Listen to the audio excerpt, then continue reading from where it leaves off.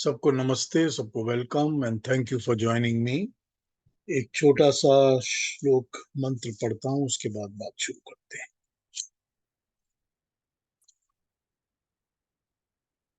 ऐश्वर्य के लिए प्रेरणा। अच्छा, ये कठोपनिषद का एक छोटा सा श्लोक है, उसको पढ़ता हूँ। न तत्र सूर्यो भाति न चंद्र तारकम नेमा विद्युतो भांति कुतो अयम अग्नि। परम प्रकाश परमेश्वर के समीप सूर्य चंद्र तारा मंडल प्रकाशित नहीं होते, न विद्युत और न अग्नि। उस परम प्रभु के प्रकाश से ही ये सब कुछ प्रकाशमान हो रहा है। ये एक प्राइमरी बेसिक प्रिंसिपल है जिसको समझना पड़ेगा हमको कोई भी बात समझने के लिए। क्या समझना पड़ेगा? हमको समझना ये पड़ेगा कि ये जो चीजें जितनी भी बनी हुई चीजें हैं प्रकृति के अंदर, इनसे परमात्मा प्रकाशित नहीं होते, ये परमात्मा से प्रकाशित होती हैं। बेसिक प्रिंसिपल है। हम सब सूर्य से प्रकाशित होते हैं। सभी कुछ इस पृथ्वी में सूर्य से प्रकाशित होता है। किस चीज में लाल रंग है, किस चीज में हरा है, किस में पीला है, ये सूर्य की रोशनी और किरणें ही हमको डिस्क्रिमिनेट करके दिखाती हैं हमारी आंखों को।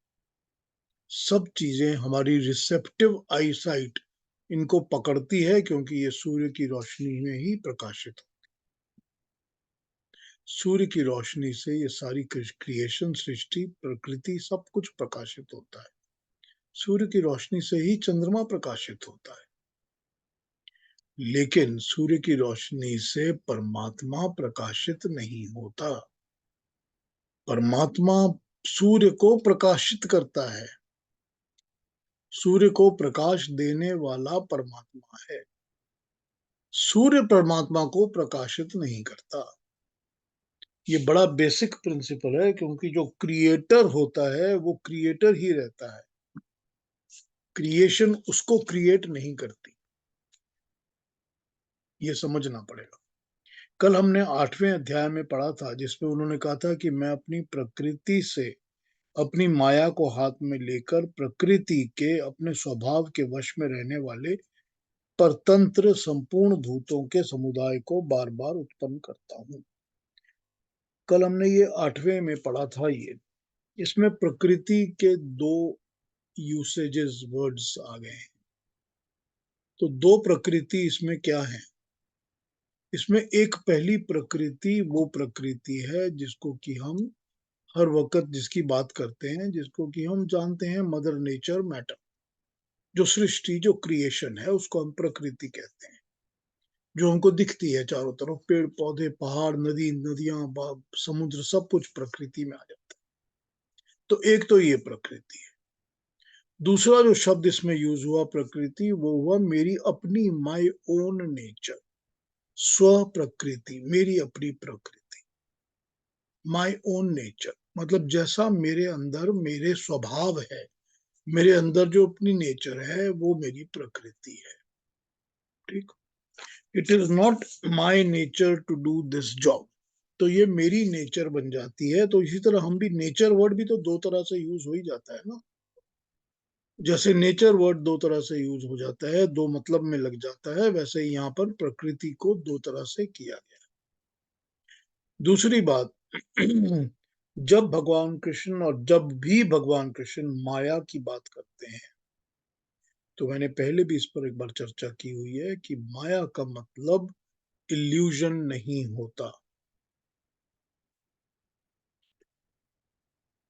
माया का मतलब है वो चीज या वो क्रिएशन या वो बातें जो कि आम इंसान को समझ नहीं आती। उसको लगता है कि कोई चमत्कार हो रहा है, लेकिन करने वाला जानता है कि मैं क्या कर रहा हूं। तो ये है माया। अगर मैं किसी डॉक्टर के पास जाता हूँ और मुझे तो पता ही नहीं चलता कि मेरे अंदर इतनी बीमारी है और ऐसी है और वैसी है और कैसे ठीक हो जाएगी, और डॉक्टर साहब एक छोटी सी पुड़िया देते हैं, मुंह में लगा लेते हैं और मेरी तबीयत ठीक हो जाती है, तो मेरे लिए वो माया है, क्योंकि मुझे समझ में नहीं आता। तो जो चीज मुझको समझ नहीं आती वो चीज मेरे लिए माया है। माया का बस यही मतलब है। तो भगवान ignorance. Krishna, sorry, ignorance. Ignorance नहीं कहा जा सकता संगीता जी। इग्नोरेंस या अनअवेयरनेस कह सकती हैं। Unawareness. Unawareness is a better word, but ignorance is not proper. अब होता ये है कि भगवान कृष्ण कहते हैं कि जो मैं अपनी योग शक्ति, योग पावर से करता हूं, वो सबको लगता है कि मैं माया है, कोई माया है। अब वो माया इसलिए नहीं है क्योंकि वो एग्जिस्ट नहीं करती या वो इल्यूजन है, ये नहीं है। माया इसीलिए है क्योंकि मैं वो नहीं कर सकता और वो दूसरा इंसान कर सकता, तो वो माया है। तो जब ये कहते हैं कि मैं अपनी माया को हाथ में लेकर, अपने क्रिएटिव शक्ति को अपने हाथ में लेकर इस प्रकृति को यूज करता हूं, और इस प्रकृति को यूज करके मैं इस क्रिएशन को बार बार बनाता हूं। और बार बार कैसे बनाता हूं? बार बार बनाता हूं अपने स्वभाव के वश में रहने वाले परतंत्र संपूर्ण भूतों के समुदाय को।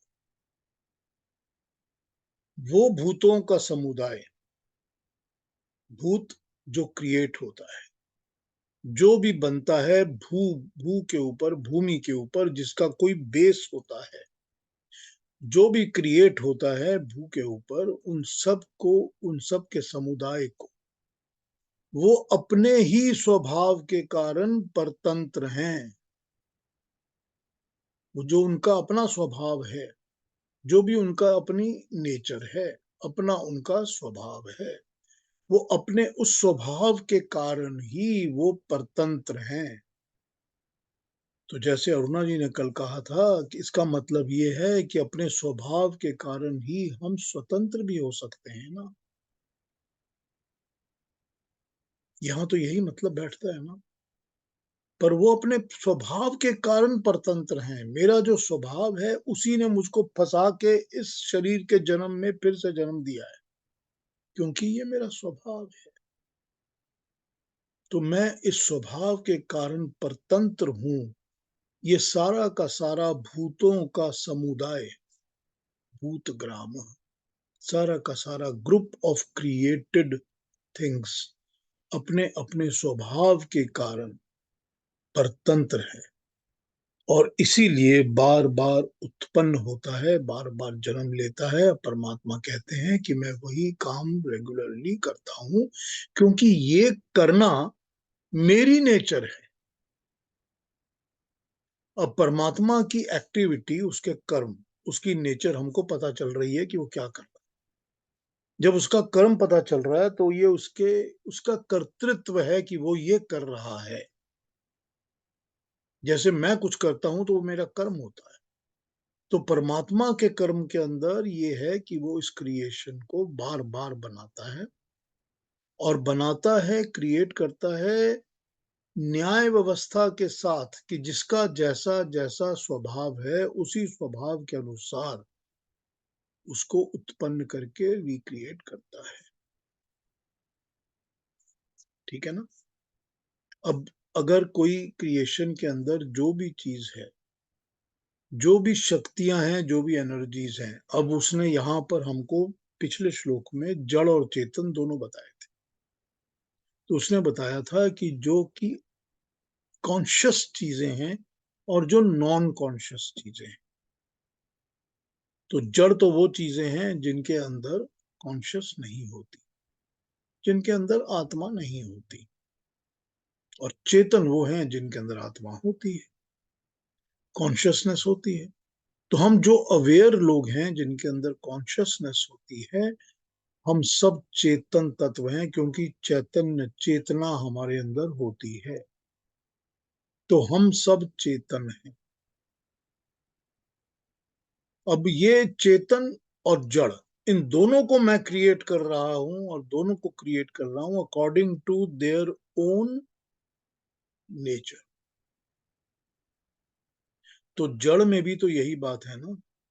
तो जड़ में ये क्या है, अब हमने ये तो समझ लिया साइंटिफिकली कि जो क्रिएशन है वो क्रिएशन बन रही है परमाणुओं के साथ, कि जो परमाणु है वो क्रिएशन बना रहे हैं। हमको ये पता है कि जो मूल परमाणु हैं वो सोए हुए रहते हैं। जब परमात्मा का तेज पड़ता है, अग्नि पड़ती है, तो वो एक्टिवेट होकर काम में लग जाते हैं। ये हमको पता है। तो इस तरह से क्रिएशन बननी शुरू होती। जब वो एक्टिवेट होते हैं तो उनके अंदर के तीन शक्तियां एक्सटर्नलाइज होकर एक दूसरे के साथ एक्शन रिएक्शन शुरू कर देती है, एक दूसरे परमाणुओं के साथ। और वो तीन शक्तियां होती हैं सतव, रजस और तमस, जिसको modern science electron, proton, neutron कहता है। ये तो सबको पता है। और फिर वो हर एक एटम के अंदर वही आ जाता है, और वो एटम्स के से ही सारा कुछ बना है। तो आप कहेंगे कि ये कहाँ से बैठ गया कि वो जो उनके स्वभाव के कारण परतंत्र हैं, ये कहाँ पर बैठ गया यहाँ पर। तो बात ये समझ में आती है कि जो भी बनता है, जो भी एटम्स जुड़ने शुरू होते हैं, क्रिएशन बननी शुरू होती है, वो अपने अपने स्वभाव के कारण ही, कोई एटम्स जल आपह पानी बन जाते हैं, कोई एटम्स वायु बन जाते हैं, कोई एटम्स आकाश बन जाते हैं, जो भारी एटम्स हैं वो पृथ्वी बन जाते हैं। और फिर कुछ एटम्स ऐसे होते हैं जिनमें रेडियो एक्टिविटी ज्यादा होती है, वो अग्नि बन जाते हैं। ये भी तो उनका स्वभाव है ना। अपने स्वभाव से ही तो वो परतंत्र है ना। They are also forced by their preconditions that they are in, कि वो यही करेंगे। तो यही करेंगे तो यही करते हैं। हमारा भी वही हाल होता है, मनुष्यों का भी। हमारा भी यही स्वभाव है कि हमने तो पैदा होना है, पैदा होकर हम यही उल्टे सीधे काम करेंगे, फिर हम दोबारा आएंगे, फिर दोबारा मरेंगे, फिर दोबारा। स्वभाव हमारा हमको परतंत्र कर देता है। उसी तरह से जड़ और चेतन दोनों। तो जड़ वस्तुएं भी वैसे ही परतंत्र होकर बार बार क्रिएट होती रहती हैं। ठीक। अब यहाँ पर ये समझ में आ रहा है कि मैं जो परमात्मा है वो अपनी ही क्रिएशन को अपने ही नेचर से बना रहा है। ये उसकी अपनी नेचर है कि वो क्रिएशन तो बनाएगा ही। और ये भी उसकी नेचर है कि वो क्रिएशन को, जड़ और चेतन वस्तुओं को उनके स्वभाव के हिसाब से उनको बार बार क्रिएट, उत्पन्न करेगा। ठीक। यहां तक समझ में आ गई बात। प्रिंसिपल समझ में आ गए सारे। तो प्रिंसिपल समझ में आ गए तो आगे बढ़ जाते हैं फिर। तो फिर अरुणा जी, आपसे रिक्वेस्ट करता हूँ, अब 9 और 10 पढ़ दीजिए, हमारी 9 और 10। पीयूष जी, हाँ जी, हाँ जी, एक एक प्रश्न करना है। हाँ जी, केतु जी। जैसे और ये मैं समझना चाहता नहीं हूँ, नहीं, बताइए ना। जैसे आपने कहा कि सृष्टि की जो प्रकृति है, तो मैं समझता हूँ वो तो नॉन कंट्रोलेबल है मनुष्य के हिसाब से। परंतु स्वयं की जो प्रकृति है वो कंट्रोलेबल है, ऐसा मैं समझता हूँ कि उसको किसी साधना से उसको सही रास्ते पे लाया जा सकता है, और उस अपनी स्वयं की प्रकृति को भी बदला जा सकता है। Am I right in saying that? अपनी प्रकृति को बदलना, अपने आप को करेक्ट करना। राइट। ठीक है। यही है ना, अपने आप को करेक्ट करना। ये तो हमारे अपने वश में है। हम अपने ऊपर ही कंट्रोल रखते हैं, तो हम सिर्फ अपने आप को ही चेंज कर सकते हैं। अगर हम ये समझते हैं कि हम दुनिया में किसी भी और चीज को चेंज कर सकते हैं, बेवकूफी है। राइट। आप बिल्कुल ठीक अपने ठीक। अपने आप को भी चेंज करने के लिए इतनी मेहनत करनी पड़ती है, इतना ज्यादा काम करना पड़ता है। कोई ये समझता है कि मैंने अपनी धर्मपत्नी को चेंज कर दिया, बेटे को चेंज कर दिया, फलाने, कुछ नहीं होता। ये सब बेकार की बातें। आप सिर्फ अपने आप को चेंज कर सकते हो, और उसके लिए भी कष्ट और मेहनत बहुत करनी तो बस वही बात कि अपनी प्रकृति को, जैसा आपने कहा, कि अपनी प्रकृति को चेंज करना अपने वश में है। ठीक। ठीक है, अब गुड। दूसरी बात, लेकिन प्रकृति को चेंज करना वश में नहीं है। लेकिन भगवान कृष्ण इसमें पहले बात कर चुके हैं दूसरे तीसरे चैप्टर में, और आगे 17-18 में फिर बोलेंगे इस बात को, कि जो मनुष्य, जो ऐसी आत्माएं होती हैं जो योग सिद्ध होती हैं, जिनको योगिक शक्तियां पूरी मिली हुई होती हैं, उनके ऊपर प्रकृति की जकड़ नहीं होती, तो प्रकृति उनको कंट्रोल नहीं करती। हम सब प्रकृति के कंट्रोल में है ना, हम सभी प्रकृति के कंट्रोल में। जब नेचर चाहती है हमको ठंड लगती है, जब चाहती है गर्मी लगती है, जब चाहती है हम भीग जाते हैं, जब चाहती है हमको भूख लगती है, जब चाहती है हम बुढ़े हो जाते हैं। हम सब प्रकृति के कंट्रोल में है ना। लेकिन वो आत्माएं जो कि योग सिद्ध होती हैं, वो आत्माएं जब जन्म लेती हैं तो वो प्रकृति के वश में नहीं होती, प्रकृति को वो अपने वश में कर लेती हैं। अब आपको समझ में आ रही है बात कि प्रकृति को वश में कैसे कर सकती हैं और कब कर सकते हैं। तो सिद्धिया के द्वारा। जब जब वो आत्माएं प्रकृति को वश में करती हैं और जन्म लेती हैं, हम उनको अवतार कहते हैं। यही भगवान कृष्ण ने समझाया है ठीक है। अपने प्रिंसिपल्स के अंदर। वो परमात्मा नहीं होते, वो आत्माएं होती हैं जो योग सिद्ध होती हैं, प्रकृति को वश में करके जन्म लेती हैं फॉर अ पर्टिकुलर पर्पस, कि मुझे जन्म लेना है। तो ऐसी आत्माएं जो होती हैं वो प्रकृति के वश में नहीं होती, प्रकृति को अपने वश में कर लेती हैं। तो प्रकृति को अपने वश में करके क्या करती हैं, ऐसा क्या हो सकता है वो कर लेती हैं, बताइए। वो यही सब करती हैं जैसा भगवान कृष्ण ने सारे के सारे महाभारत में हमको दिखाया है, कि कभी वो अपने आप को एकदम माइन्यूट बना सकते हैं, कभी अपना विराट बहुत बड़ा शरीर बना सकते हैं, कभी अपने अंदर ही सारे अलग अलग किस्म के खेल और तमाशे दिखा सकते हैं, कभी वो सूर्य को डुबा के फिर वापस उठा सकते हैं कि लगता है कि डूब गया मगर नहीं डूबता। ये सारी चीजें वो कर सकते हैं क्योंकि उन्होंने दिखाया हमको सारी महाभारत। क्यों कर सकते हैं? क्योंकि वो प्रकृति के वश में नहीं है, प्रकृति उनके वश में है। प्रकृति उनके वश में है, तभी वो जब द्रौपदी को कुटिया में विजिट करते हैं तो उसके कुछ नहीं होते हुए भी घर में सारा का सारा खाना उसके यहाँ आ जाता है। हमको ये माया लगता है, वही बात माया। हमको लगता है कि कोई जादू चल रहा है, लेकिन ये माया नहीं है। ये उनके वश में जो प्रकृति है, उस प्रकृति को वो यूज कर सकते हैं to the certain extent, to a certain extent. अब ये देखिए आप कि अगर भगवान कृष्ण के वश में होता तो एक बार हाथ घुमाते और सारे के सारे कौरव मर जाते। हो सकता था ना, तब युद्ध होता ही नहीं। बिल्कुल। लेकिन ये सर्टन एक्सटेंट यहां हो जाता है कि उनकी भी एक लिमिटेशन है। जो जरासंध था उसके साथ 17 बार युद्ध में हार चुके थे भगवान कृष्ण। ठीक है ना। तो अगर उनको वश में होता तो वो कभी हारते ही ना।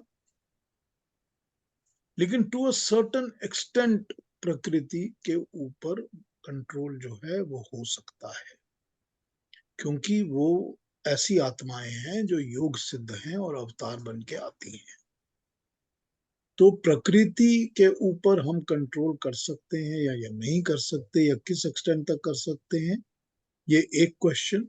और दूसरा क्वेश्चन कि अपनी ही प्रकृति, अपने ही नेचर के ऊपर तो हम कंट्रोल करके अपने आप को चेंज और करेक्ट तो कर ही सकते हैं। तो जैसे हमको बचपन में पता चलता है, हम कोई बदमाशी, गलत काम, दुष्ट काम करते हैं तो हमारे माँ बाप, टीचर्स हमको करेक्ट करते हैं, ऐसा मत करो। फिर हम अपने आप को चेंज कर लेते हैं, फिर हम वो गलत काम नहीं करते। फिर करते हैं तो फिर हमको पनिशमेंट मिलती है, फिर पनिशमेंट मिलके चेंज कर सकते हैं, कि पनिशमेंट मिलके आप चेंज होगा। तो हमको तो ये प्रकृति अपनी नेचर कंट्रोल करनी पड़ती ही है। अब हमारा अभिमान बीच में आ जाता है जो हमको करने नहीं देता, कहता है नहीं तुम तो बहुत ग्रेट हो, तुमको कोई गलत काम को तो कर ही नहीं सकते तुम। तो फिर वो अभिमान हमारे को तंग करता है, लेकिन प्रकृति को चेंज करना हमारे अपने हाथ में है। जितना हम इसको चेंज करेंगे, जितना हम इसको करेक्ट करेंगे, उतना ही हम दूसरी प्रकृति के चंगुल से छूटते जाएंगे, उतना ही हम संसार की बंधनों से पाश पाश जो हमको जकड़ के रखते हैं, उनसे हम छूटते जाएंगे। जी, आपके क्वेश्चन को आंसर किया मैंने केतु जी? हाँ जी, बिल्कुल अच्छी तरह से। इसी में मुझे एक जी उदाहरण याद आता है कि हम लोग जब छोटे थे कलकत्ते में, तो पापा कहते थे कि आनंद स्वामी हुआ करते थे, जो कि तिब्बत में वो समाधि लगा के करते थे। तो कहते थे कि वो अपने आप को एंटी ग्रेविटेशन फोर्स से ऊपर उठा लेते थे, किसी भी आसन में उठा लेते थे अपने आप को जमीन से ऊपर। तो ये एक तरह की सिद्धियां हुई जिसमें उन्होंने प्रकृति को नियंत्रण किया है।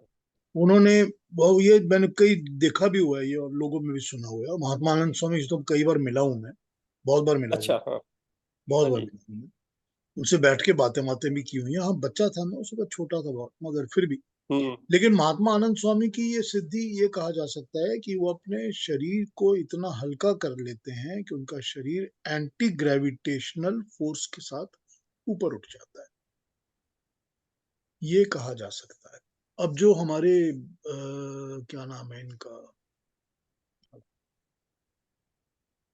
अरे क्या नाम है, क्या विद्यार्थी जो जिन्होंने जीवनी की घटनाएं लिखी हुई हैं महर्षि दयानंद स्वामी के बारे में, वो अ, गुरुदत्त याद विद्यार्थी, नहीं आ रहा। गुरुदत्त विद्यार्थी।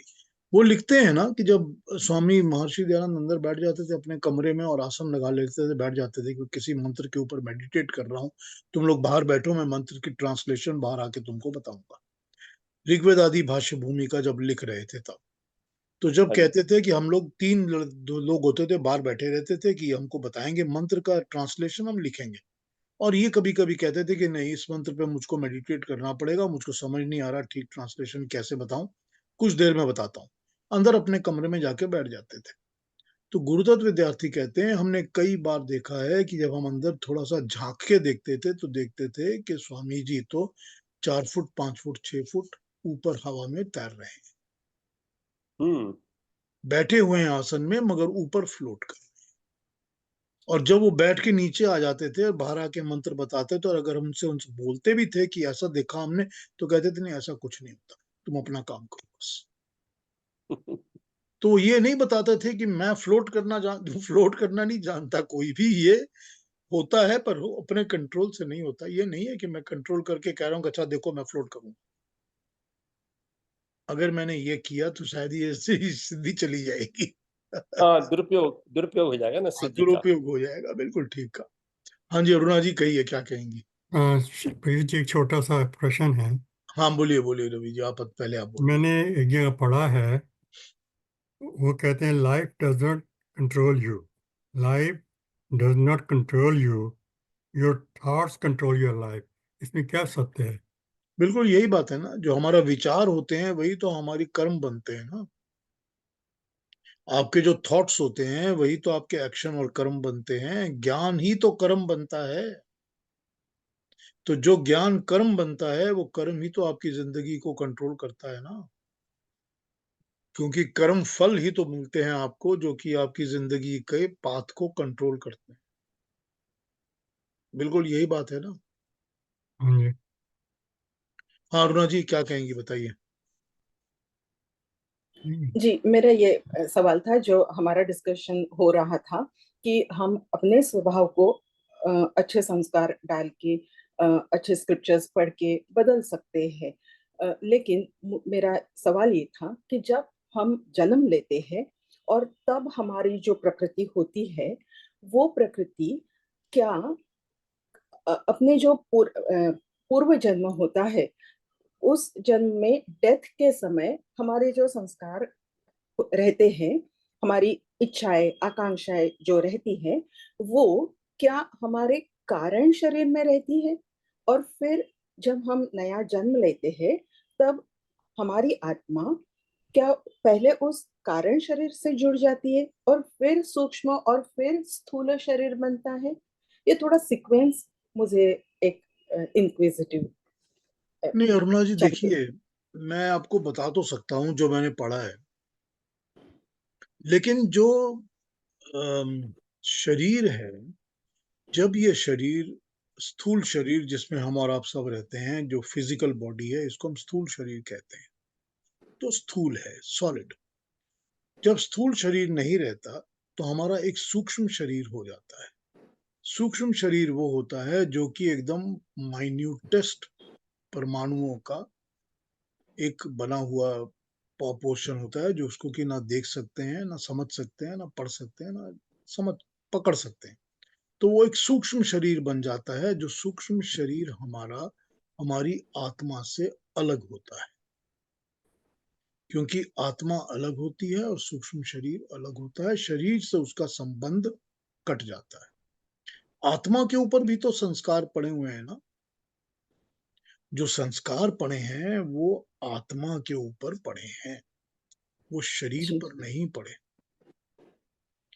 तो वो आत्मा पे जो संस्कार पड़े हुए हैं, उन संस्कारों के साथ ही तो आत्मा शरीर छोड़ती है। अब जब आत्मा को दोबारा जन्म लेना होता है, तो वो फिर से अपने सूक्ष्म शरीर, एक सूक्ष्म शरीर को पकड़ लेती है।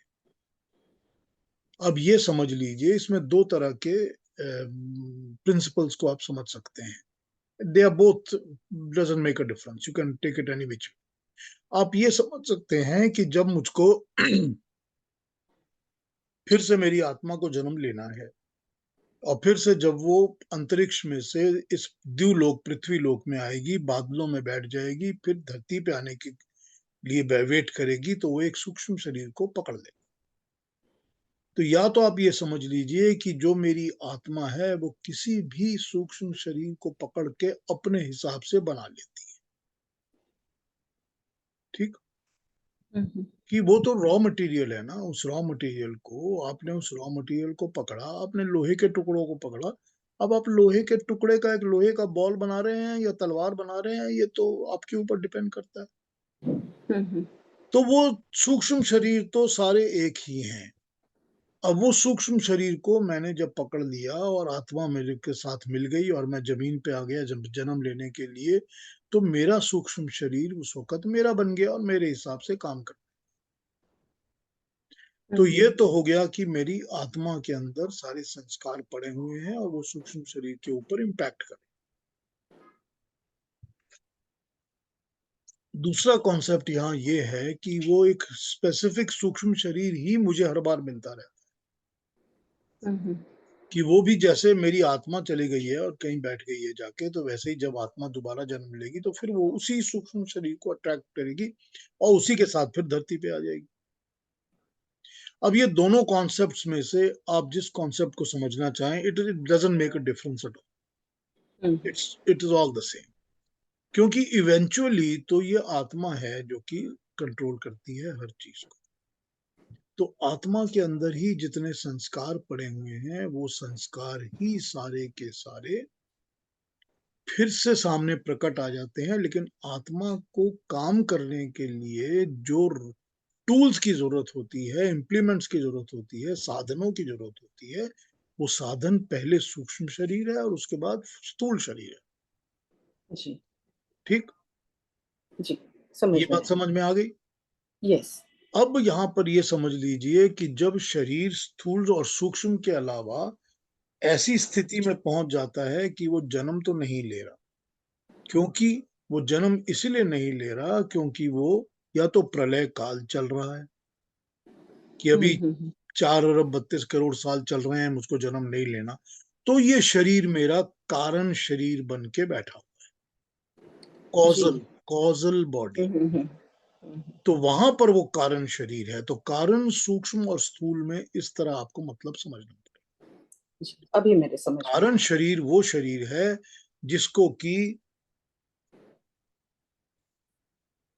जब भगवान कृष्ण बताते हैं कि मुझको जब अवतार लेना होता है तो मैं एक कारण शरीर को पकड़ लेता हूं। अब वो कारण शरीर को लेकर ही तो फिर वो सूक्ष्म और स्थूल को पकड़ते हैं, क्योंकि वो तो मुक्त आत्मा है, उनको जन्म लेने की जरूरत ही नहीं। लेकिन जब जी जन्म लेंगे तो शरीर लेना पड़ेगा, तो शरीर लेना पड़ेगा तो फिर वो पहले एक कारण शरीर को पकड़ते हैं, वो वहां पर कारण है, फिर उसके बाद उनको सूक्ष्म मिलेगा, फिर स्थूल मिलेगा। लेकिन उनकी भी तो एक आत्मा है ना, उस आत्मा के अनुसार ही उनका सूक्ष्म शरीर भी काम करेगा और उनका स्थूल शरीर भी काम करेगा। वो कारण शरीर तो जैसे ही उन्होंने सूक्ष्म शरीर को धारण किया, कारण शरीर उसमें डिसॉल्व हो गया, अब उसकी कोई जरूरत तो काम तो है नहीं। अब आप यूं समझ लीजिए कि जैसे ही मैंने लकड़ी को जला दिया तो लकड़ी तो स्थूल थी, स्थूल को जलने के बाद उसकी जो एशेज रह गई वो उसका सूक्ष्म हो गया, लेकिन उसके जो माइन्यूटेस्ट एटम्स थे वो तो स्मोक के साथ उड़ के हवा में चले गए, वो कारण शरीर बन गए, उस लकड़ी का कारण शरीर बन गए। तो इस तरह से अगर आप इसको समझ लेंगी तो आपको पता चलेगा कि यहाँ पर कारण, सूक्ष्म और स्थूल क्या है। ठीक है, जी, अभी समझ में आया मुझे। धन्यवाद पीयूष। क्लियर हो गया डाउट एकदम? यस। कोई और कुछ पूछेंगे इसके बारे में? अलग चर्चा हो गई, मगर कोई बात नहीं, किसी ने कुछ पूछना हो तो पूछ लीजिए। तो फिर आगे बढ़े, टाइम है हमारे पास? हाँ है। तो अरुणा जी ऐसा करिए कि आप 9 और 10 पढ़ दीजिए, फिर 9-10 पे आज बात करते हैं। चलिए। न च मान्तानि कर्माणि निबध्नन्ति धनञ्जय उदासीनवदासीनम् असक्तं तेषु कर्मसु मयाध्यक्षेण प्रकृतिः सूयते सचराचरम् हेतुनानेन कौन्तेय जगत् विपरिवर्तते। Thank you very much Aruna ji, thank you so much. हे धनंजय, ये सब कर्म मुझे कर्म करते हुए भी बंधन में नहीं डालते, क्योंकि मैं कर्म करता हुआ भी उन कर्मों में उदासीन के समान आसक्ति को छोड़कर वर्तता हूं। कर्माणि, ये कर्म निर्बंधन बंधनंती, बंधन में डालते हैं, नहीं डालते हैं। निबंधन, अच्छा निबंधन में डालते नहीं है। हे अर्जुन, उदासीन के समान रहता हुआ, आसीनम स्थित होकर, असक्तम आसक्ति से रहित, तेषु उनमें कर्मस्वी कर्मों में मैं वर्तता हूं। और दूसरा सेंटेंस कहता है, हे कुंती पुत्र अर्जुन, मेरी देखरेख में ये प्रकृति इस चर तथा अचर जगत को उत्पन्न करती है, क्योंकि मैं इसकी देखरेख कर रहा हूं, इस कारण ये सारा संसार का चक्र घूम रहा है।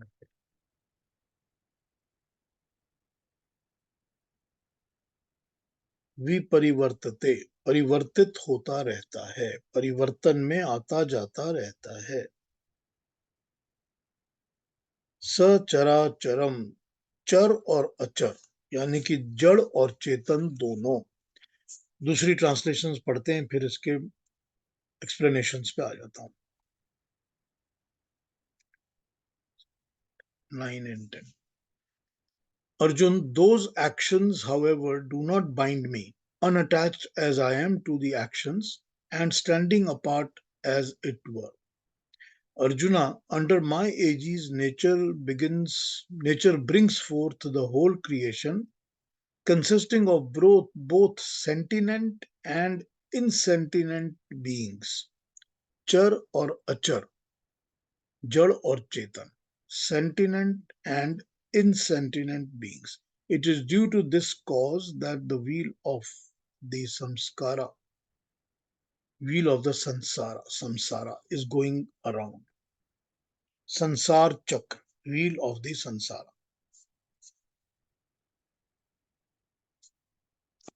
एक दो और देख लेता हूं क्या कह रहे हैं।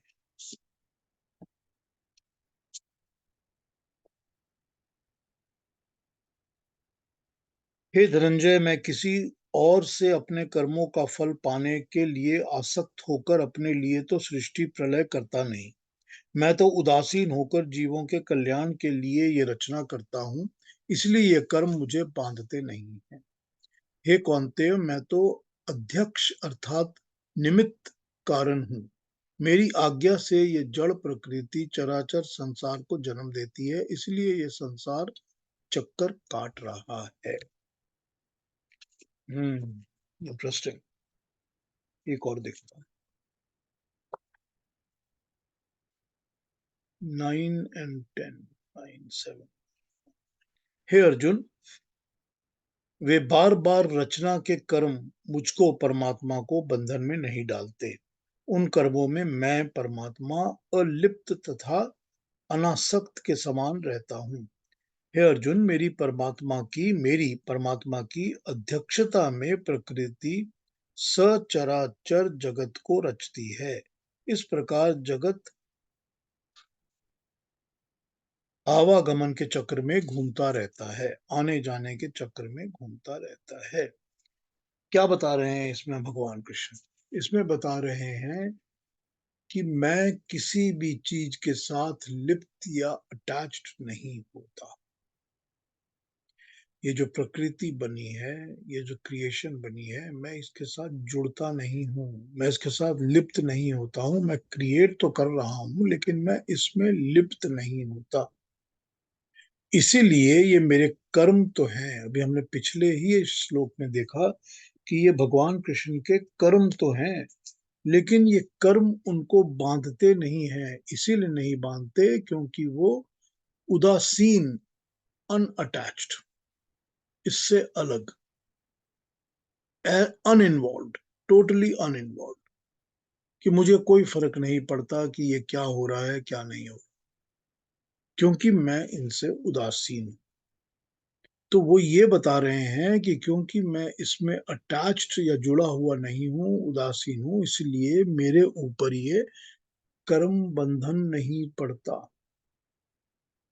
वरना तो आप कह सकते हो कि परमात्मा पर भी कर्म का बंधन पड़ जाता, लेकिन परमात्मा पे तो कोई कर्म बंधन पड़ता नहीं, क्योंकि वो अनअटैच्ड है।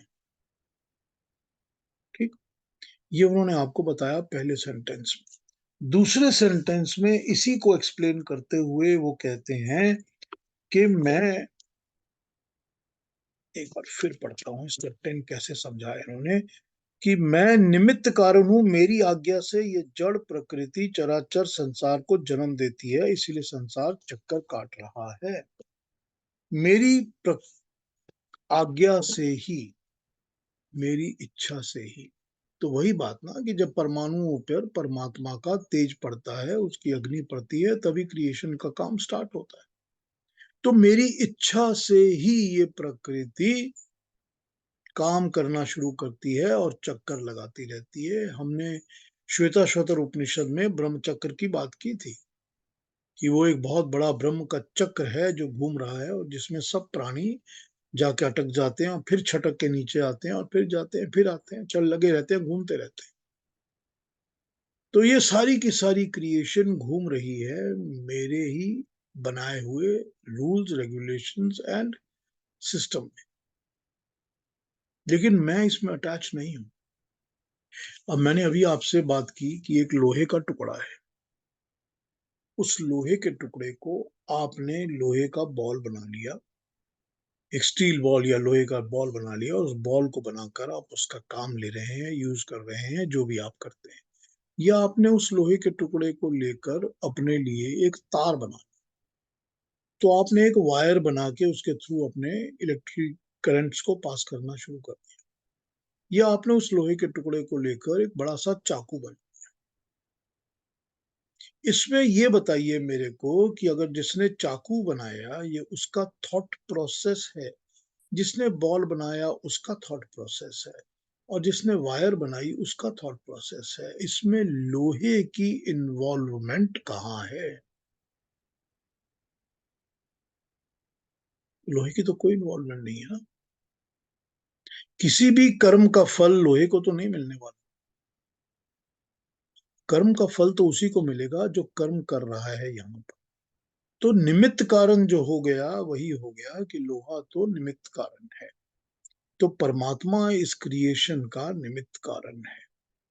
बना तो रहा है, बनाने वाला है, लेकिन उसके ऊपर किसी किस्म का कोई बंधन, जकड़न, पाश कुछ नहीं पड़ता, बिकॉज वो इसके अंदर इन्वॉल्व ही नहीं है। लोहे को कोई मतलब नहीं है कि आप उसका क्या बना रहे हो, वो रॉ मटेरियल है। सो परमात्मा जो है इस क्रिएशन के लिए रॉ मटेरियल प्रोवाइड कर रहा है। कैसे कर रहा है? हमने कहा था ना कि हर परमाणु के अंदर जो एक्टिवेटेड शक्ति होती है उसको हम इंद्र कहते हैं। हर एक परमाणु के अंदर, हर परमाणु के अंदर जो एक्टिवेटेड शक्ति होती है। अब ये परमाणु है, इसमें सत्व रजस तमस तीनों हैं। तीनों में से जो इस परमाणु में रजस की शक्ति सबसे शार्प और तेज है, तो हम इसको कहेंगे कि ये इंद्र, इसके अंदर रजस इंद्र है। तो जिस परमाणु में जो शक्ति सबसे ज्यादा तेज होती है उसको हम इंद्र कहते हैं। तो जितने भी परमाणुओं के अंदर शक्तियां चल रही हैं, जो तेज शक्तियां हैं, उसको हम परमात्मा की शक्ति कहते हैं। इंद्र को हम परमेश्वर का नाम देते हैं। तो परमात्मा तो रॉ मटेरियल प्रोवाइड कर रहा है ना, मीन्स प्रोवाइड कर रहा है ना, साधन प्रोवाइड कर रहा है ना, लेकिन वो इन्वॉल्व नहीं हो रहा। उसको कोई फर्क नहीं पड़ता कि इससे क्या हो रहा है, क्या बन रहा है, क्या नहीं बन रहा, उसको फर्क नहीं पड़ता। उसने मनुष्य को साधन दे दिए।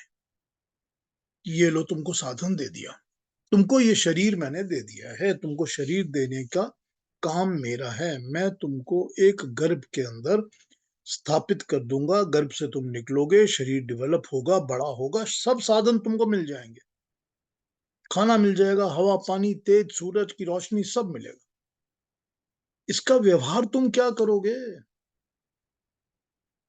तुम इस शरीर से ये व्यवहार करोगे कि तुम बैठकर हमारे साथ स्वाध्याय कर रहे हो, सत्संग कर रहे हो, या शरीर के साथ तुम बाहर जाके फुटबॉल और क्रिकेट खेल रहे हो, या इस शरीर के साथ तुम किसी दूसरे इंसान को प्रताड़ित कर रहे हो, किसी का खून कर रहे हो, किसी की चोरी कर रहे हो, लूट लूट लूट, लूट कर रहे हो, डकैती कर रहे हो। मैं तो इन्वॉल्व नहीं हो सकता ना इसके अंदर, क्योंकि मैंने तो सिर्फ शरीर दिया है। तो कर्म तो तुम्हारे हैं ना। तो कर्म जो परमात्मा के कर्म हैं, वो परमात्मा के कर्म, परमात्मा क्योंकि उनमें लिप्त नहीं होता, इसीलिए वो बंधन में नहीं पड़ता। बड़ा बेसिक, बहुत बेसिक प्रिंसिपल है निष्काम कर्म का। क्योंकि हमको फिर भगवान कृष्ण क्यों कहते हैं कि निष्काम कर्म करो? क्योंकि हम भी जब निष्काम कर्म करेंगे तो हम लिप्त नहीं होंगे। बिना कामना के तो कोई कर्म होता ही नहीं इस दुनिया में। कामना तो कोई होती है ना कर्म, काम करने की, अच्छा काम करने की भी तो कामना होती है कि हमको परमात्मा की जरूरत है, तो वो भी तो एक कामना है ना। तो वो भी हमको एक कर्म करवाएगी ना। तो बिना कामना के तो कोई कर्म नहीं होता, लेकिन उसके साथ लिप्त नहीं होना, उसके साथ जुड़ना नहीं है। It does not matter what happens to it, I can not be attached और इन्वॉल्व विद दैट। कर्म करने से तो कहीं रोका नहीं है। परमात्मा कर्म कर रहा है ना कॉन्स्टेंटली, हम भी कर्म कर रहे हैं कॉन्स्टेंटली। कर्म से तो कहीं रोकथाम है नहीं। कुछ भी नहीं करेंगे, मानसिक कर्म तो चलते रहेंगे ना, उसके लिए तो कोई रोकथाम है नहीं। मगर वही है कि इसको निष्काम कैसे करना है। तो जहां पर ये भगवान कृष्ण परमात्मा के कर्म हमको समझा रहे हैं, वहां हमको मैसेज तो यही दे रहे हैं कि तुम्हें निष्काम कर्म कैसे करना है। कि परमात्मा क्यों अपने कर्म से बंधन में नहीं पड़ता, उससे तुम सीख लो, सीख करके समझो कि तुमको भी अपने कर्मों से बंधन में नहीं पड़ना। यहां पर बड़ी सिंपल और स्ट्रेट मैसेज ये है।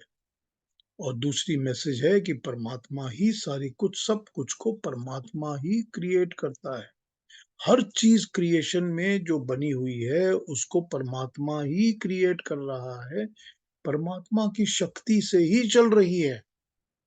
फिर भी परमात्मा इन्वॉल्व नहीं होता, अटैच नहीं होता।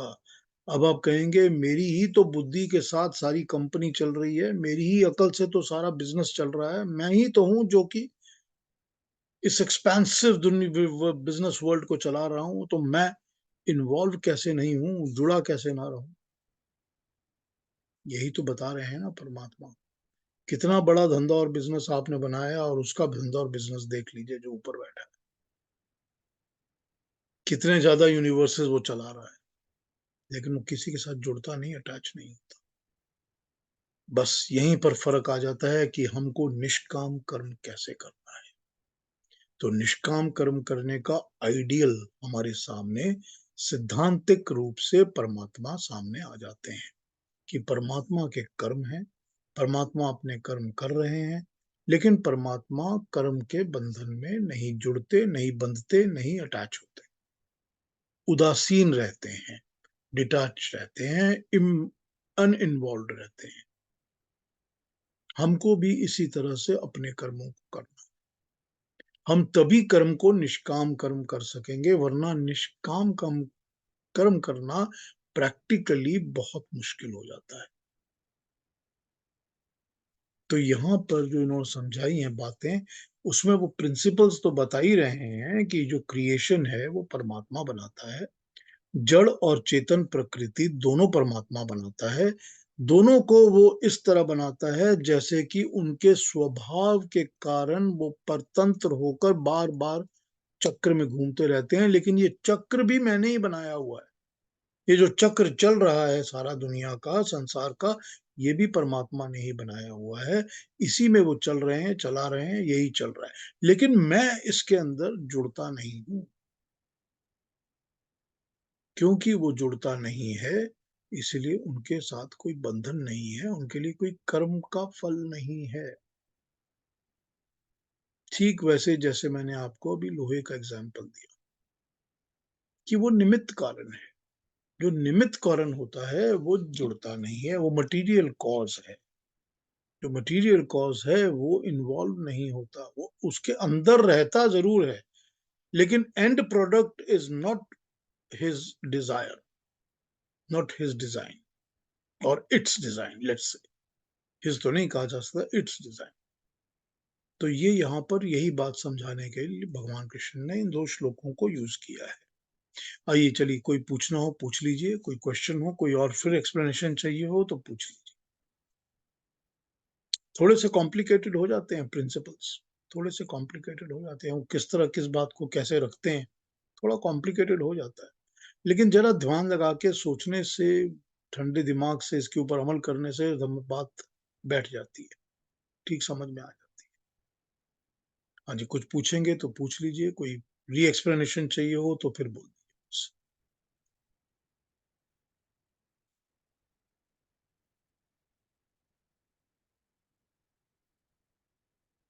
नहीं,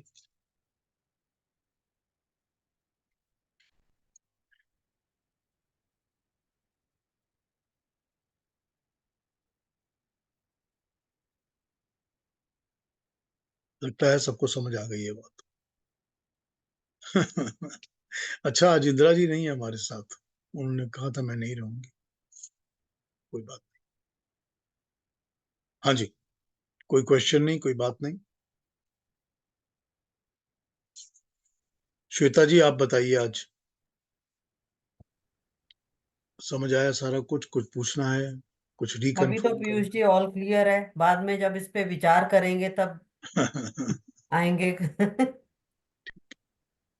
पीयूष जी, ये हाँ जी, श्लोक तो समझ में आ गए, ये तो ठीक है, लेकिन वो जो कारण शरीर और स्थूल शरीर, वो अभी फिर थोड़ा मनन करना पड़ेगा, सोचना पड़ेगा। कि वो अभी भी थोड़ा सा ना, मतलब क्लियर नहीं है। हमने ये समझ लिया कि जो शरीर है वो हमारे पास जो इस वक्त है वो स्थूल शरीर, हाँ जी। हम्म। इसको हम फिजिकल बॉडी कहते हैं। जिसको हम फिजिकल बॉडी कहते हैं उसको हम स्थूल शरीर कहते हैं। ठीक है, ये हमारे पास सबके पास जो बॉडी है जिसको हम हाथ लगा सकते हैं, छू सकते हैं, देख सकते हैं, समझ सकते हैं, इंद्रियों से उसका स्पर्श किया जा सकता है, वो है हमारा स्थूल शरीर। इंद्रियों से जिसका समझ जिसका ज्ञान प्राप्त होता है उसको स्थूल शरीर कहते हैं।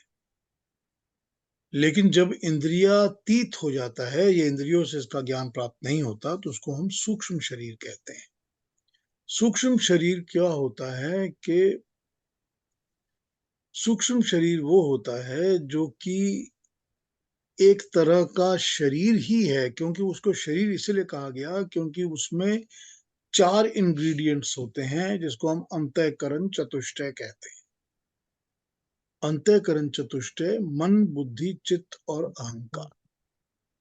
मन, बुद्धि, चित्त और अहंकार, ये चीजें जो इकट्ठी होके कब एक बन जाती हैं, तो ये इसको हम सूक्ष्म शरीर कहते हैं। इसीलिए क्योंकि ये भी तो प्रकृति से ही बनी हुई हैं। जैसे हमारा शरीर प्रकृति से बना है, जैसे हमारा शरीर भी वो 5 महाभूतों से बना है, 5 एलिमेंट्स से बना हुआ है, उसी तरह से ये सूक्ष्म शरीर भी 5 एलिमेंट से, प्रकृति के परमाणुओं से ही बना हुआ है। क्योंकि वो प्रकृति के परमाणुओं से बना हुआ है, इसीलिए उसको भी शरीर ही कहा जाता है। लेकिन सूक्ष्म कहा जाता है क्योंकि वो दिखता नहीं है, पकड़ नहीं सकते, समझ नहीं आता, इंद्रियों के समझ में नहीं है, इंद्रियों के ज्ञान में नहीं है, तो वो सूक्ष्म शरीर है। शरीर क्योंकि वो प्रकृति से बनी हुई एक वस्तु है, तो उसको हम सूक्ष्म शरीर कहते हैं। अब ये जो पैकेज है ना, मन, बुद्धि, चित्त और अहंकार का, ये पैकेज जब तक साथ नहीं मिलता आत्मा को, आत्मा शरीर के अंदर प्रवेश नहीं करती। क्योंकि हर आत्मा को इन चीजों के, इन क्या कहा जाए, उपकरणों की जरूरत होती है। इनके बिना उसका काम नहीं चलेगा। कोई भी आत्मा बिना मन के और बिना बुद्धि के काम नहीं कर सकती, चित्त के और अहंकार के, इनके बिना वो काम नहीं कर सकती। तो इन चारों को साथ लेकर ही आत्मा स्थूल शरीर में प्रवेश करती है। तो सूक्ष्म शरीर हमने उसको कहा जो कि ये 4 इंग्रेडिएंट्स माइन्यूटेस्ट फॉर्म में, मॉलिक्यूलर कहा जाए उसको, सॉरी, परमाणुओं के फॉर्म में, एटॉमिक फॉर्म में बैठे रहते हैं, और उनको आत्मा अपने साथ लपेट के लेती है और लपेट के लेके शरीर में प्रवेश करती है। ये तो सूक्ष्म शरीर और स्थूल शरीर हो गया। जी। लेकिन जब किसी भी शरीर की आवश्यकता नहीं होती और शरीर का जो बेसिक रॉ मटेरियल समझ लीजिए या परमाणु समझ लीजिए, कि उसके जो भी परमाणु हैं, छोटे जितने भी माइन्यूट हैं, सूक्ष्म से भी सूक्ष्म, जो सूक्ष्म हमने बताया उससे भी सूक्ष्म, इससे सूक्ष्म इसलिए क्योंकि उसके अंदर अब ये 4 इंग्रेडिएंट भी नहीं है, क्योंकि उसके अंदर मन, बुद्धि, चित्त, अहंकार भी अब नहीं है। तो उसका जो अब रॉ मटेरियल है वो सूक्ष्म से भी सूक्ष्म हो गया। तो जब ये सूक्ष्म से भी सूक्ष्म हो गया तो उसको हमने कहा कारण शरीर, कॉजल बॉडी, कि उससे बॉडीज बन जाएंगी, तो उससे हम सूक्ष्म बना लेंगे, सूक्ष्म से हम स्थूल बना लेंगे, तो वो कॉजल है, कारण शरीर है। अब वो कॉजल बॉडी जो है वो तब होती है नॉर्मली जबकि बार बार क्रिएशन में जन्म नहीं लेना पड़ता। तो ये कहा जा सकता है कि जो कारण शरीर है, ये हो सकता है जब प्रलय हो जाएगा तो सब कारण शरीर ही होंगे। फिर जब सृष्टि बनेगी तो हम फिर वो कारण से हम सूक्ष्म और स्थूल बनाएंगे, पर कारण वहां रहेंगे उस वक्त भी। तो उसको कारण शरीर कहा गया क्योंकि वो एक परमाणु जिससे शरीर बनता है, वो परमाणु तो परमाणुओं के अंदर बैठा हुआ है। ठीक है कि अभी समझ जी में आया? जी, नहीं ठीक है, काफी काफी क्लियर हो गया। ठीक है। कोई डाउट है अभी भी? डाउट्स ये है सिर्फ कि जैसे आप कह रहे हैं प्रलय के समय या वैसे भी ये जो आत्माएं हैं ये फिर कहीं एक जगह कह लीजिए क्लाउड से ऊपर कहीं भी बस एक जगह बैठी रहती हैं या है, उनका आपस में कोई संबंध नहीं है या कुछ नहीं है। एक आत्मा को नहीं पता कि वो दूसरी आत्मा भी साथ में है या नहीं है। वो इंडिविजुअल कहीं एक जगह पर एक जगह बैठी हैं बस।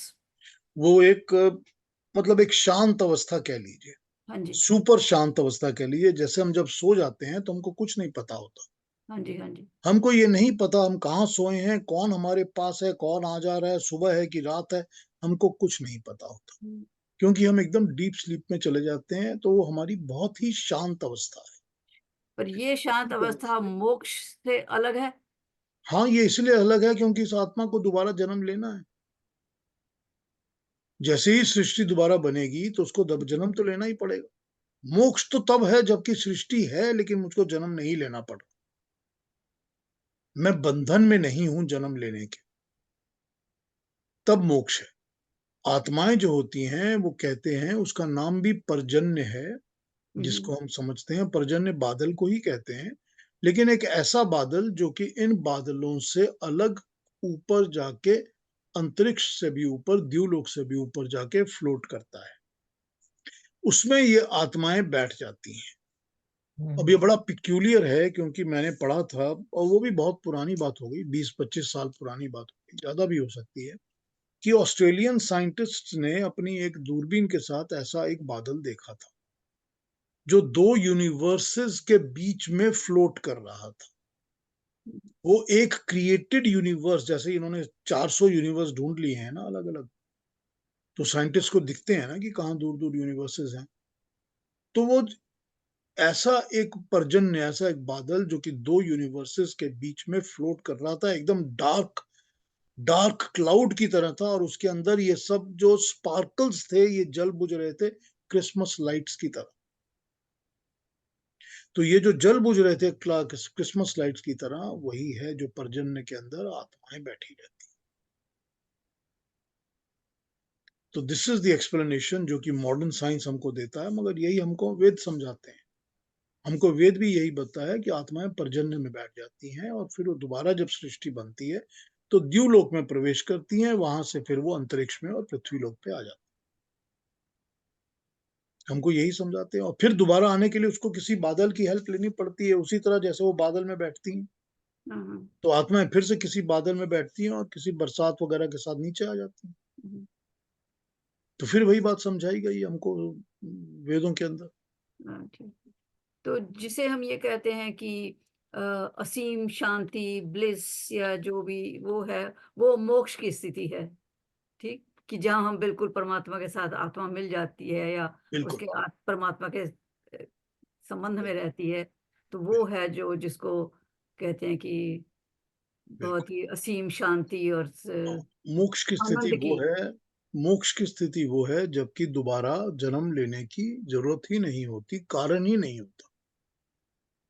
बाध्यता नहीं होती है, बोल रहे हैं ना यहाँ पर कि परतंत्र, हुँ, हुँ। वो परतंत्रता नहीं होती, मतलब you are not forced because of your nature. वो कारण ही जब खत्म हो जाएँगे तो आपको फोर्स करेंगे ही नहीं वो, दोबारा जन्म लेने के लिए, तब ही मोक्ष होता है, ठीक है? मुक्ति कहते हैं ना, हाँ जी, बंधनों से मुक्ति, जन्म-मरण के बंधन से, चक्र से मुक्ति मुक्ति, हाँ। वो होगा ना लेकिन जब मोक्ष। दोबारा सृष्टि का क्रिएशन होता है तो फिर वो आत्माएँ भी जन्म ले ले सकती हैं। जिनका ये जिनको मोक्ष मिला हुआ है, अब ये देखिए, ये सब्जेक्ट जो है ना, ये बहुत ही ज़्यादा वेग है, हुँ, क्योंकि ये कहते हैं कि जो मोक्ष है, वो जो पूरा मोक्ष है, वो 4 अरब 32 करोड़ सालों का मोक्ष है। उसके बाद जब दोबारा सृष्टि बनेगी, तो दोबारा जन्म लेना पड़ेगा। कई जगह कहते हैं कि 36,000 क्रिएशंस तक मोक्ष की अवधि चल सकती है। अब अगर आप 36,000 क्रिएशंस 36,000 को 4 अरब 32 करोड़ से मल्टीप्लाई करेंगी, तो I don't know how many year figures you will get, मगर इतना लंबा तक भी मोक्ष हो सकता है। या ये भी हो सकता है कि किसी को मोक्ष तो मिला है, 100-200 साल, 50 साल उसको जन्म लेने की जरूरत नहीं पड़ेगी, बाद में फिर आएगा। तो मोक्ष की अवधि, हाँ जी, I mean we cannot fix नहीं। स्पेसिफाई। ठीक है, हाँ जी, हाँ जी, बहुत बहुत धन्यवाद। संगीता जी पूछिए, क्या पूछेंगी? हाँ, सो मेरा ये क्वेश्चन था कि जो आफ्टर दिस बर्थ हम लोग बार बार जो बर्थ ले रहे हैं based on our karma, I want to know कि ये इसी 43,000 जो भी है उसमें हो रहे हैं कि हर एक प्रलय में एक एक बार आ रहे हैं? नहीं नहीं नहीं, हम इसी में बार बार घूम रहे हैं अच्छा, और हम घूमते रहेंगे। हम इसमें कई बार और घूमते रहेंगे जब तक कि हमारे कर्म या तो हमको छोड़ेंगे नहीं, कि हमने कर्म के कारण अपने आप को छोड़ दिया, हम्म, और या फिर हम फिर चक्कर लगाते रहेंगे जब तक सृष्टि रहेगी। अब सृष्टि नहीं रहेगी तो हम चक्कर नहीं लगाएंगे। wait, but we are also coming back after the प्रलय एक और बार जो based हाँ, on our फिर इसी तरह घूमते रहेंगे, बार बार जन्म लेते रहेंगे। वो भगवान कृष्ण ने कहा, मैंने पिछले कितने जन्म लिए हैं वो मुझे याद है, तुझे अपने पुराने जन्म याद नहीं है। याद नहीं है, हाँ, हाँ, मगर मुझे तो अपने पुराने जन्म सारे याद है। इसका मतलब उन्होंने भी कई जन्म लिए हैं। लिए हैं। जी, ठीक है। और कोई बात? कुछ और पूछना है, किसी को कुछ कहना है? तो अगले सैटरडे मिलें, जी, अगले शनिवार को सेम टाइम। सबको कृष्ण नमस्कार, भगवान ने सबको प्रणाम। चक्रों में उलझाया हुआ है, उलझे हुए हैं हम। इसी में से निकलने का इसी प्रयास में से करते रहिए। निकलने का रास्ता, एग्जिट पोल बस वही निकालना है। प्रयास, वही प्रयास, पीयूष जी, वही एक सब। चीज पूछनी थी कि causal causal body is same as आनंद शरीर। निशित, हाँ, निश्चित, क्या पूछ रहे हैं, पूछिए। Causal body you are referring is आनंद शरीर, नहीं, द आनंद ब्लिस नहीं, कारण शरीर। कारण शरीर, सॉरी कॉजल कारण शरीर। तो 5 शरीर होते हैं ना वे, 5 नहीं, प्राण 4 होते हैं। शरीर 4 होते हैं। और अच्छा अच्छा, मुझे लगा एक मतलब स्थूल 4 शरीर, देन नहीं नहीं, प्राण शरीर, 5 देन नहीं, मन शरीर। नहीं नहीं नहीं नहीं, वो शरीर नहीं, वो तो आपके हो गए। क्या उसको कहते हैं, चक्र जो चारों तरफ घूमते डिफरेंट हैं। लेवल्स ऑफ हाँ, वो consciousness. Different level of your body consciousness को, जिसको कि करेक्ट। आप पंचकोश। पंचकोश कहते नहीं, हैं। पंच। पंचकोश कहते हैं। आत्मा अच्छा का अच्छा। कोश, प्राण का कोश, मनोमय प्राण कोश, में वो हाँ, स्थूल मनोमय शरीर। ज्ञानमय कोश। अज्ञान, ज्ञानमय कोश, विज्ञानमय कोश, वो सब पंचकोश होते हैं। अच्छा ये अच्छा। 5 शरीर की बात, एक ही शरीर में 5 कोश होते हैं। करेक्ट। 5 शरीर अलग अलग नहीं होते। वो हाँ, वही पंचकोश, मतलब पंचकोश स्थूल शरीर में होते हैं, पंचकोश सूक्ष्म शरीर में भी होते हैं, है। लेकिन कारण शरीर में कोई कोश नहीं होते। हाँ, ठीक। ठीक है। बिल्कुल। तो ये 4 शरीर कौन से बताया आपने? स्थूल, सूक्ष्म, कारण और तुरीय, तुरीय। हाँ जी। लास्ट होता है तुरीय, मतलब जब कुछ है ही नहीं, टोटली डिसॉल्व्ड।